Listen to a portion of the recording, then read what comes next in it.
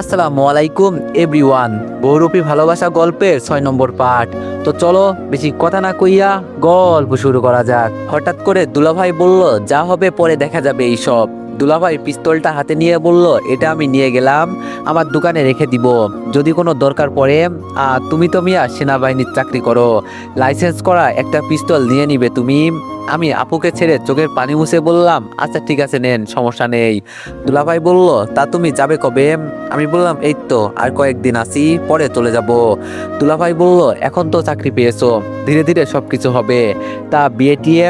আমি আপুর দিকে তাকিয়ে বললাম, আপু তোর জামাইকে বল এইসব কথা না বলতে, মাত্র চাকরি পেয়েছি, এখন আবার বিয়ে কিসের রে? এইসব বিয়ে টিয়ে আরো অনেক পরে, আগে মাহিকে ভালো একটা ছেলে দেখে বিয়ে দিব, পরে আমি আমার বিষয় নিয়ে চিন্তা করব। মাহি মুখ বাঁকিয়ে বলল, খেয়ে দে, আমার কাজ নেই, আমাকে তোর বিয়ে দিতে হবে না, আমি গেলে তো তুই বিয়ে দিবি, আমি তো সব সময় আমার আম্মুর কাছেই থাকবো। মায়ের কথা শুনে আমি হাসতে হাসতে বললাম, তাই নাকি? দেখাই যাবে সামনে কতদিন আছে। কথা বলতে বলতে নাস্তা শেষ করলাম, দুলাভাইয়ের সাথে কিছুক্ষণ আড্ডা দিয়ে রুমে চলে গেলাম। রুমে গিয়ে বিছানায় মাথা দিয়ে শুয়ে আছি, তখন আপু রুমে ঢুকলো। আপুকে দেখে বসে বললাম, কিছু বলবি কি আপু? আপু নতুন একটা আইফোন আমার হাতে দিয়ে বলল, এটা তোর জন্য নিয়ে আসছি। আম্মু বলল, তোর নাকি একটা ফোন নাই, এজন্য এটা নিয়ে আসছি। আমি বললাম, আমার এসব লাগবে না আপু, আমি কি তোরে বলছি আমাকে এসব দিতে? আপু বলল, এখন তো সরকারি চাকরি পেয়েছিস, এখন এসব জিনিস নিবি কেন? আমি বললাম, মার খাবি কিন্তু আপু। আপু আমার কপালে চুমু দিয়ে বলল, তানিয়া আর ওর বান্ধবী দাঁড়িয়ে আছে তোর সাথে কথা বলার জন্য, রাগারাগি করিস না, ওকে আমি অনেক শাস্তি দিয়েছি। আমি বললাম, আমি আবার কোন দিন ওদের সাথে রাগারাগি করেছি? তোর মেয়ে আর ওর বান্ধবী যেই দিন আমাকে মারতে নিয়েছিল সেই দিনও আমি ওদের কিছু বলি নাই, শুধু কষ্ট লাগলো এই জায়গায়, জানিস আপু, ও আমার আপন ভাগ্নি হয়, আমাকে ওভাবে একা স্কুলে নিয়ে সবার সামনে অপমান করেও পরে মৃত্যুর মুখে ঠেলে দেওয়া, এটা কি ও করতে পারলো তুই বল? আপু বলল, এখন কি ওকে তুই মারবি? সমস্যা নেই, মারতে চাইলে মারতে পারিস, আমি কিছু বলবো না, ছোট মানুষ তো এত কিছু বোঝে না। আমি বললাম, ধুর, তুই শুধু উল্টাপাল্টা বুঝিস, আচ্ছা ওদের আসতে বল। আপু রুম থেকে বের হতেই তানিয়া আর ওর বান্ধবী ঋতু রুমে ঢুকলো। তানিয়া আমার পাশে বসে পড়লো আর ঋতু দাঁড়িয়ে আছে। তানিয়া আমার দিকে তাকিয়ে বলল, মামা ভালো আছেন? আমি হাসি দিয়ে বললাম, ভালো থাকার জন্যই তো তোমাদের ওখান থেকে পালিয়ে আসছি। আমার কথা শুনেই তানিয়া আর ঋতু আমার পায়ে ধরে বলল, মামা আপনি আমাদের মাফ করে দেন, রাগের মাথায় আমরা কত ভুল করছি, প্লিজ আপনি আমাদের মাফ করে দেন, আমরা আর কোনোদিন এমন ভুল আর কখনো করব না, আপনি প্লিজ আমাদের মাফ করে দেন। আমি বললাম, আগে আমার পাসওয়ার্ডও বলছি। ওরা বলল, না ছাড়বো না, তার আগে বলেন আপনি আমাদের মাফ করছেন। আমি এবার ধমক দিয়ে বললাম, আগে আমার পাসওয়ার্ডও বলছি। আমার ধমক শুনে ওরা আমার পা ছেড়ে দিয়ে মাথা নিচু করে দাঁড়িয়ে আছে। আমি এবার বললাম, তোমরা ছোট মানুষ, ভুল তো করতেই পারো, কিন্তু তাই বলে এমন কিছু করবে না যেই ভুলে মানুষের জীবন শেষ হয়ে যাবে। তবে যাও, আমি কিছু মনে করি নাই, আর কখনো কারোর সাথে এমন করবে না। তানিয়া বলল, অনেক অনেক ধন্যবাদ মামা আপনাকে, আচ্ছা আমি গেলাম। ঋতু তুই কথা বল। মামা আমি একটু মায়ের কাছে গেলাম, আজকে থেকে ওর সাথে কথা হয় নাই। এই কথা বলে তানিয়া রুমের বাইরে চলে গেল। ঋতু একা একা দাঁড়িয়ে আছে। আমি ঋতুর দিকে তাকিয়ে বললাম, বসো এখানে। ঋতু আমার পাশে বসে বলল, জানেন সেই দিন আমি কতটা ভয় পেয়েছিলাম, আমি তো মনে করেছি। আমি বললাম, আমি মারা গেছি তাই তো? ঋতু মাথা নিচু করে বলল, আমি হাসি দিয়ে বললাম, আমি মারা গেলে তোমরা দুই বান্ধবী খুব খুশি হতে না? এভাবে বলবেন না, আমাদের সত্যি অনেক বড় ভুল হয়ে গেছে। রিফাত কি করিস? আরে রিমি, তুই সকাল সকাল এখানে? রিমি ভিতরে এসে আমার হাত থেকে ফোনটা নিয়ে বলল, কিরে তোর হাতে নতুন ফোন, তাও আবার আইফোন, আমাকে দিবি এটা? আমি বললাম, যদি আমার আপু এটা গিফট না করতো তোরে আমি দিয়ে দিতাম। রিমি ফোনটা আবার আমার হাতে দিয়ে বলল, এই মেয়েকে? আমি হাসি দিয়ে বললাম, এই মেয়ে আমাকে মারতে চেয়েছিল, মানে এক প্রকার আমাকে মৃত্যুর মুখে ফেলে চলে গিয়েছিল। রিমি ঋতুর দিকে তাকিয়ে বলল, তাই নাকি? পিচ্ছে একটা মেয়ের এত সাহস, ভালো ভালো। তবে একটা কথা বলি, তুই এখন একটু হলেও আমাদের সাথে যুক্ত হয়ে গেছস, তোর গায়ে বা কেউ যদি তোরে মারার চেষ্টা করে তাহলে আমি নিজে ওকে উপরে তুলে গরুর মতো ওর শরীর থেকে চামড়া তুলে লবণ লাগিয়ে দিব। আমি বললাম, ধুর এভাবে বলিস না, ও ভয় পেয়েছে এমনি অনেক, তো সকাল সকাল এখানে কি, এটা তো বললি না? রিমি বলল, আসলে তোর সাথে আমার মনে হয় আর দেখা হবে না, কিছুদিনের জন্য এক জায়গায় ঘুরতে যাব, আর তখন তো তুই ট্রেনিংয়ে চলে যাবি, তোর কিছু লাগবে কি? আমি বললাম, আমার আবার কি লাগবে, মাথা খারাপ হলো নাকি তোর? রিমি আমার সামনে মাথা ঝুঁকিয়ে বলল, ভালো করে সবকিছু শেষ কর। আর আমি তো খারাপ মেয়ে, আমার সাথে মিশবি কম। আসি রে, ভালো থাকিস। আমি বললাম, রিমি দাঁড়া। রিমি আমার দিকে তাকিয়ে বলল, বল। আমি দাঁড়িয়ে রিমির গালে একটা চুমু দিয়ে বললাম, তোর গালগুলো খুব নরম তো, তবে এটা দিলাম কারণ তুই তো আমার বান্ধবী। রিমি ঠাস করে একটা ঘুষি দিয়ে বলল, আরেকবার খালি আমাকে ছুঁয়ে দেখিস তোর কি অবস্থা করি। আমি রিমির দিকে তাকিয়ে ঠোঁট কামড়ে বললাম, কি করবি? রিমি দৌড়ে পালিয়ে বলল, কুত্তা কোথাকার, আসি, ভালো থাকিস। রিমি যেতেই ঋতু বলল, আপনার নতুন বান্ধবী বুঝি? আমি বলে বিছানায় গিয়ে বসলাম। ঋতু বলল, আমি কি আপনার বউ হবার যোগ্য নই? আমি ঋতুর কথা শুনে ওর দিকে তাকিয়ে বললাম, ভদ্রতার খাতিরে এখানে বসে তোমার মতো পিচ্ছে একটা মেয়ের সাথে কথা বলছি, নইলে তোমাকে এখান থেকে লাত্তি মেরে বিদায় করে দিতাম। ঋতু বলল, আপনি অনেক পরিবর্তন হয়ে গেছেন। আমি বললাম, মানুষ মাত্রই পরিবর্তনশীল, এটা তো জানো। এখন এখান থেকে বিদায় হও, আমি এখন ঘুমাবো। ঋতু বলল, আপনার ফোনটা দেন। আমি বললাম, কি করবে? ঋতু বলল, কি আর করব, বসে বসে গেম খেলবো। আমি ঋতুর হাতে ফোনটা দিয়ে দিলাম। ঋতু চলে যাওয়ার পর আমি ঘুমিয়ে গেলাম। রাতে এমনি বেশি ঘুমাতে পারি নাই, দেখতে দেখতে আপুরাও চলে গেল। আর আজকে আমি রেডি হয়ে গেলাম, কারণ আজকে থেকে আমার ট্রেনিং শুরু। সবার কাছ থেকে বিদায় নিয়ে আমি আমার গন্তব্যের উদ্দেশ্যে রওনা দিলাম। জানি না সামনে কি আছে, তবে আজকে থেকে হয়তো আমি নতুন কিছু দেখতে পারবো বা নতুন কিছু শিখতে পারবো। তো গায়েস, একটা জায়গায় ভুল হয়েছে। আসলে বাড়িওয়ালার মেয়ের নাম রিমি না, রিয়া হবে। আর মেজর যেই মেয়েটি ছিল তার নাম রিমি। হঠাৎ রাস্তায় রিমি ম্যাডামকে দাঁড়িয়ে থাকতে দেখলাম। তিনি দাঁড়িয়ে কার সাথে যেন কথা বলছেন, আর তার চারপাশে সেনাবাহিনী ঘিরে আছে। তবে রিমি ম্যাডাম যখন কথা বলে তখন তার চোখে মুখে কেমন যেন রাগের একটা ভাব থাকে। তবে রাস্তায় তাকে আর বেশি দেখতে পাই নাই, ট্রাফিক জ্যামে গাড়ি থেমেছিল, এখন আবার গতিতে চলছে। আমি চুপচাপ বসে আছি, তবে এইটুকু চিন্তা করছি, মানুষের জীবন কখন যে পাল্টে যায় এটাই বলা যায় না। আজকে আমার ট্রেনিংয়ের সময় শেষ হয়ে গেল, সম্পূর্ণভাবে আমি আমার ট্রেনিং শেষ করলাম। তবে এখানে আমার একটা ছেলের সাথে ভালো পরিচয় হয়েছে এবং বন্ধুত্ব হয়েছে। ছেলেটার নাম রবিন, আমাদের সাথেই সবকিছু শেষ করছে। আজকে শুনলাম সেনাবাহিনীর মেজর মিস রিমি চৌধুরী আসবেন আমাদের উদ্দেশ্যে, তিনি হয়তো কিছু বলবেন, কারণ আজকে থেকেই আমরা চাকরিতে জয়েন করব। রুম থেকে রেডি হয়ে মাঠে আসতেই রবিন বলল, আচ্ছা রিফাত, আমি যদি হঠাৎ কোনোদিন পালিয়ে যাই তখন তুই একা হয়ে যাবি না? আমি রবিনের দিকে তাকিয়ে বললাম, তুই আবার পালিয়ে কোথায় যাবি? চাকরি ছেড়ে পালাবি নাকি? রবিন হাসি দিয়ে বলল, এমন কিছুই ভাবতেছি। আমি বললাম, বাহ, ভালো ভালো, তাহলে তোর চাকরি করার দরকার নেই, চাকরি ছেড়ে এখনই চলে যা। রবিন বলল, আরে ধুর, মজা করলাম, চল লাইনে গিয়ে দাঁড়াই। রবিন আর আমি সবার সাথে গিয়ে লাইনে দাঁড়ালাম। দেখতে দেখতে রিমি ম্যাডাম চলে আসলো। আজকে অনেক দিন পর রিমি ম্যাডামকে দেখলাম। তবে রিমি ম্যাডাম দিন দিন কেমন যেন সুন্দর হয়ে যাচ্ছে। রিমি ম্যাডামকে এতটা সুন্দর লাগছে যেটা বলার বাইরে। এক দৃষ্টিতে আমি তার দিকে তাকিয়ে আছি। রিমি ম্যাডাম যে আমাদের এলাকার, এটা আমি রবিনকে কখনো বলি নাই। তবে আমার জীবনে সবচেয়ে বড় ভুল হলো রিমি ম্যাডামকে প্রপোজ না করা। হঠাৎ রবিন পেছন থেকে আমাকে চিমটি দিয়ে বলল, কিরে, তুই মেজরের দিকে এভাবে তাকিয়ে আছিস কেন? তিনি জানতে পারলে তোর চাকরি কিন্তু শেষ।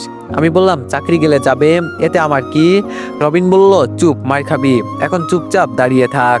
কিছুক্ষণ পর রিমি ম্যাডাম দাঁড়িয়ে তিনি তার মতো ভাষণ দিতে লাগলেন। এতদিন পর আমাদের ট্রেনিং শেষ করলাম, কিভাবে দেশের সেবা করতে হবে, কিভাবে দেশের মানুষকে রক্ষা করতে হবে, এই সম্পর্কেই তিনি বলছেন। হঠাৎ করে আমার ফোনটা বাজতে লাগলো। পাশ থেকে একটা ছেলে বলল, কিরে রিফাত, তুই এখানে ফোন নিয়ে আসলি কেন? কেউ জানতে পারলে কি হবে জানিস? আমি ছেলেটাকে চুপ থাকতে বললাম। রবিনকে বললাম, তুই রিমি ম্যাডামের দিকে একটু খেয়াল রাখ, আমি দেখি কে ফোন করেছে।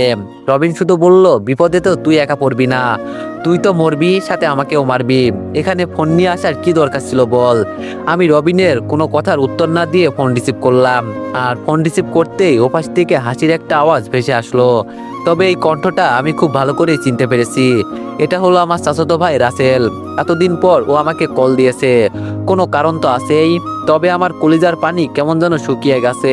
ও তো আবার উল্টাপাল্টা কিছু করে নাই। এতদিন পর কল দেওয়ার মানে কি হতে পারে? আমি একটু ভয়েই বললাম, আরে রাসেল ভাই যে, এতদিন পর কি মনে করে? আমার কথা শুনে রাসেল ভাই হাসতে হাসতে বলল, শুনলাম আজকে নাকি তোর ট্রেনিং শেষ হয়েছে, আবার আজকে নাকি চাকরিতে জয়েন করবি। তো চাকরি হয়েছে আর আমাদের কিছু বললি না, এটা কি ঠিক করলি? তবে চাচিকে আমি কোথাও খুঁজে পাই নাই।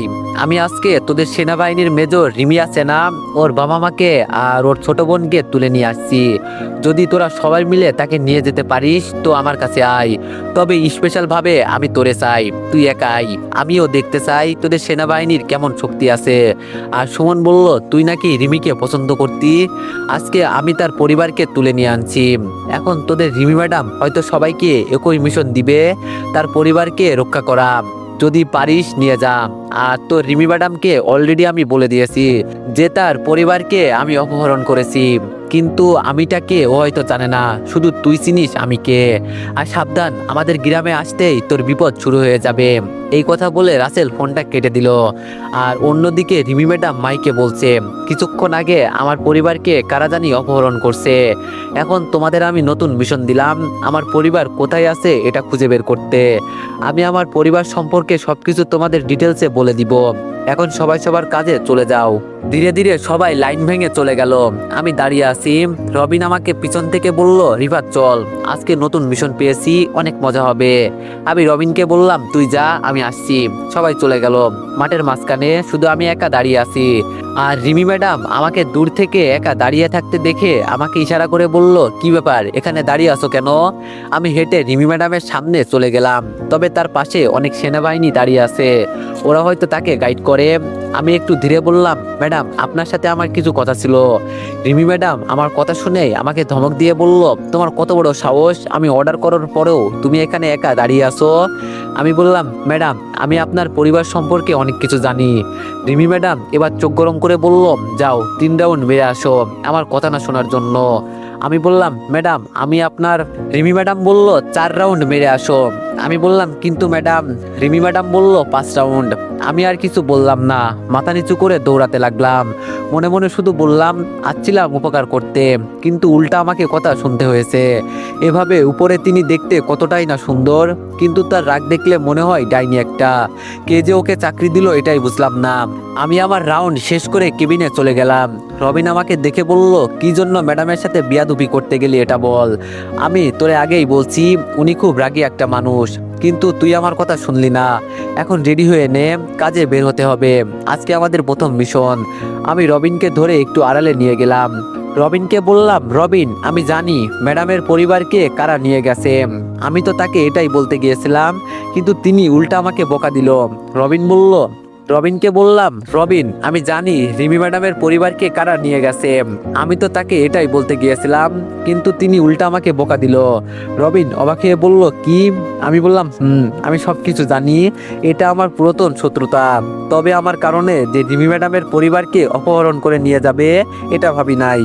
এতদিন পর রাসেল আমাকে কল করেছে, ভাবি নাই আবার এমন কিছুর সাথে আমার পরিচয় হবে। রবিন বলল, রাসেলটা আবার কে?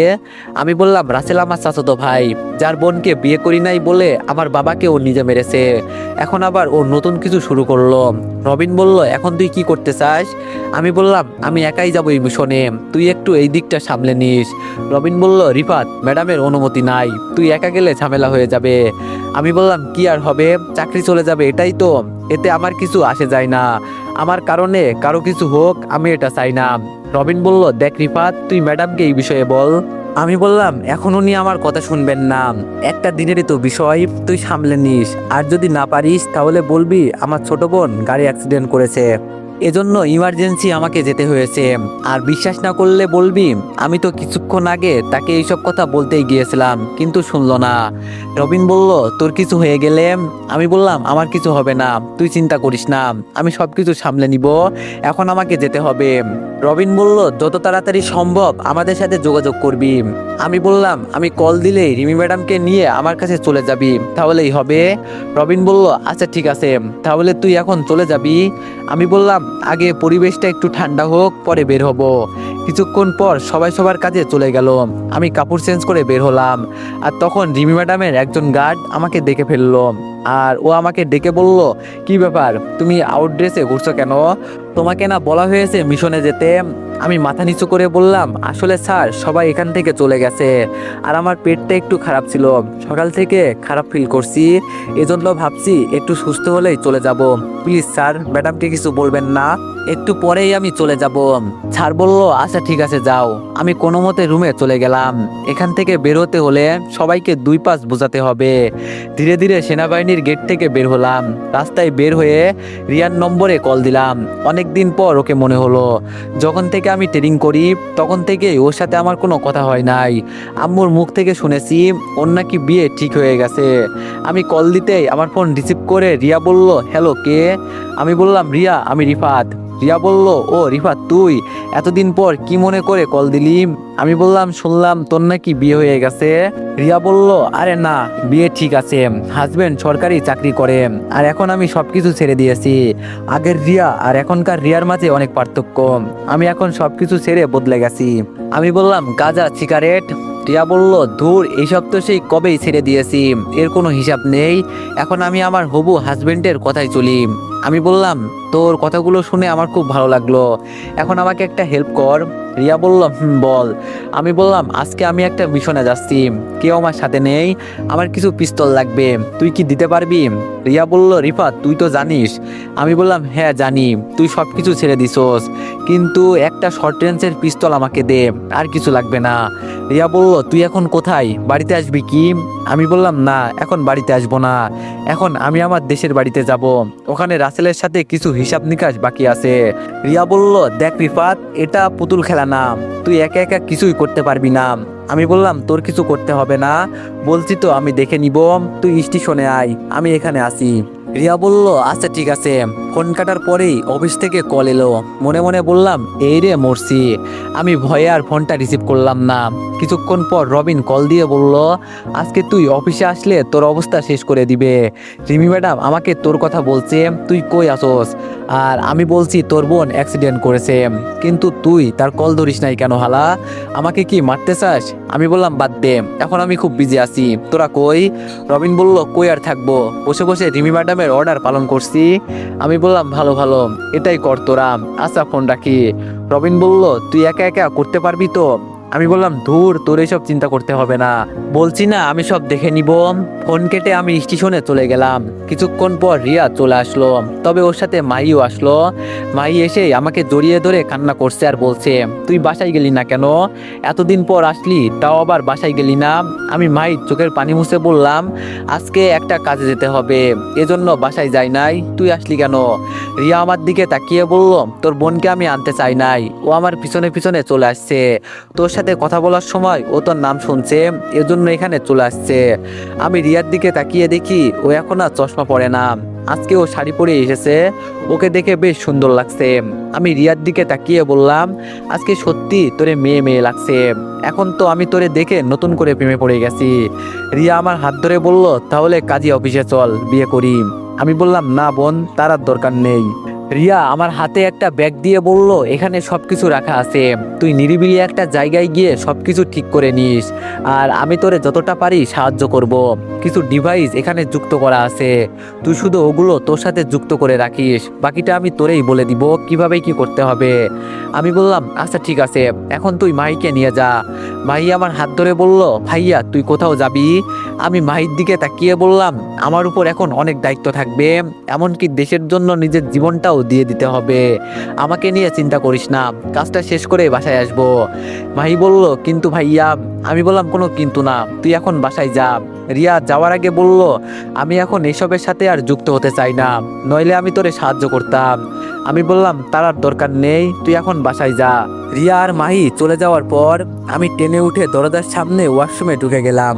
রিয়ার দেওয়া পিস্তলটা পিছনে এমন এক জায়গায় রাখলাম যেটা কেউ দেখলেও বলতে পারবে না এটা কি জিনিস। ছোট চাকুগুলো পায়ের নিচে রাখলাম, আর যত দরকারি জিনিস ছিল ওগুলো শরীরের সেফটি জায়গায় রাখলাম।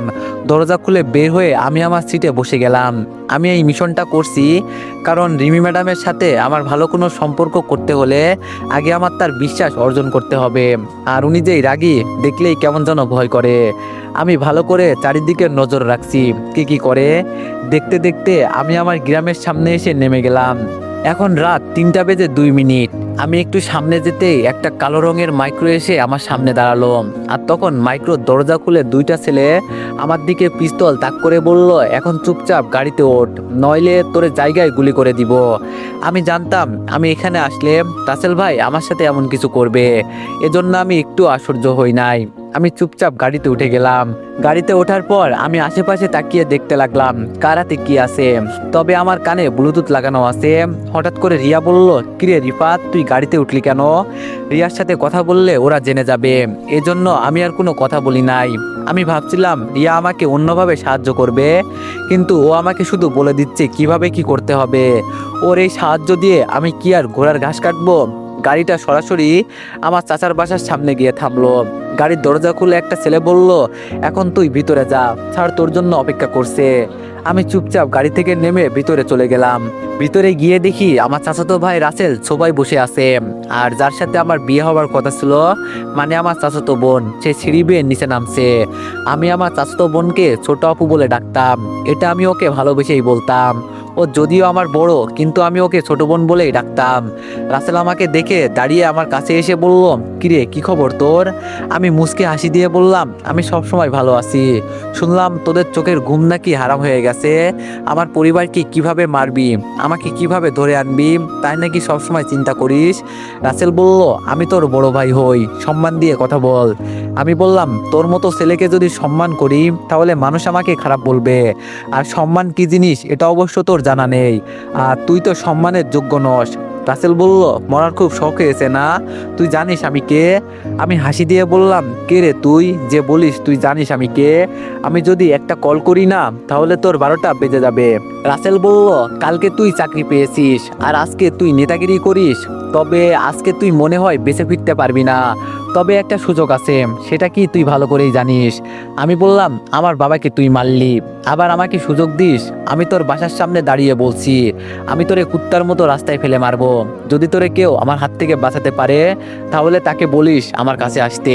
রাসেল পিছন থেকে পিস্তল বের করে বলল, আজকে তোরে আমি খাইছি, তুই আমার বাসায় দাঁড়িয়ে আমাকে হুমকি দিস?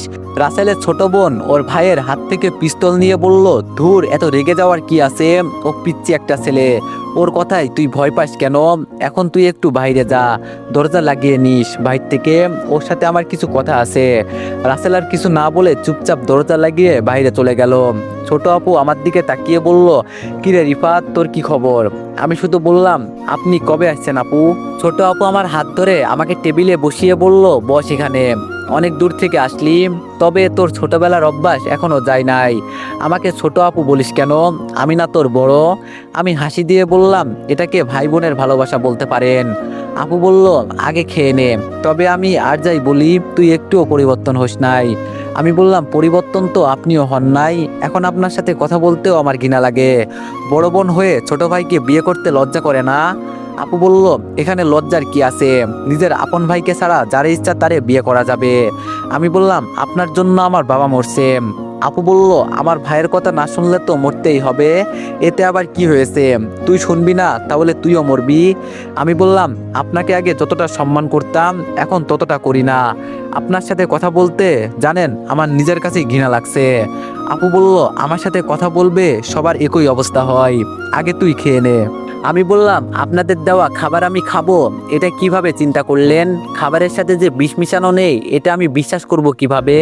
ছোট আপু চেয়ার ছেড়ে উঠে আমার সামনে টেবিলের উপর পা দুলিয়ে আমার মুখোমুখি হয়ে বসে বলল, আমাকে তোর বিশ্বাস হয় না? আপুর মুখোমুখি হয়ে আমি বললাম, আপনাকে যদি পারতাম জায়গায় গুলি করে মারতাম। নষ্ট মেয়ে কোথাকার, লজ্জা করে না লিঙ্ক ভাইরাল করতে? লজ্জা শরমের মাথা খেয়েছেন, আবার দেশে আসছেন। আমি যদি পারতাম না তাহলে তোর মুখে মুতে দিতাম শালিম। আপু বলল, বাবা এত তাড়াতাড়ি তোর মুখের ভাষা খারাপ হয়ে গেল? আমি বললাম, খারাপের দেখলি কি? আমার কথা শুনে ছোট আপু হাসতে হাসতে বলল, শুধু তোরে একটা পর্ন সাইডের কথা বলে দিই। এই কথা বলে ছোট আপু ফোনটা নিয়ে আমার সামনে ধরে বলল, এখানে যাবি, আর এই যে দেখ, এই সবগুলো ভিডিও আমার। বিদেশে গিয়ে শুধু পর্ন ভিডিও তৈরি করেছি, অতটা কষ্ট করে লাভ আছে বল? একটা পর্ন ভিডিও তৈরি করলে 1000 কোটি টাকা চলে আসে। আমি ছোট আপুর মুখে থুতু দিয়ে বললাম, সিসি, তোরে তো আমার আপু বলতেও লজ্জা হচ্ছে। তো এভরিওয়ান, নেক্সট পার্টের জন্য সবাই একটু বেশি বেশি লাইক আর কমেন্ট করে দিও। ধন্যবাদ।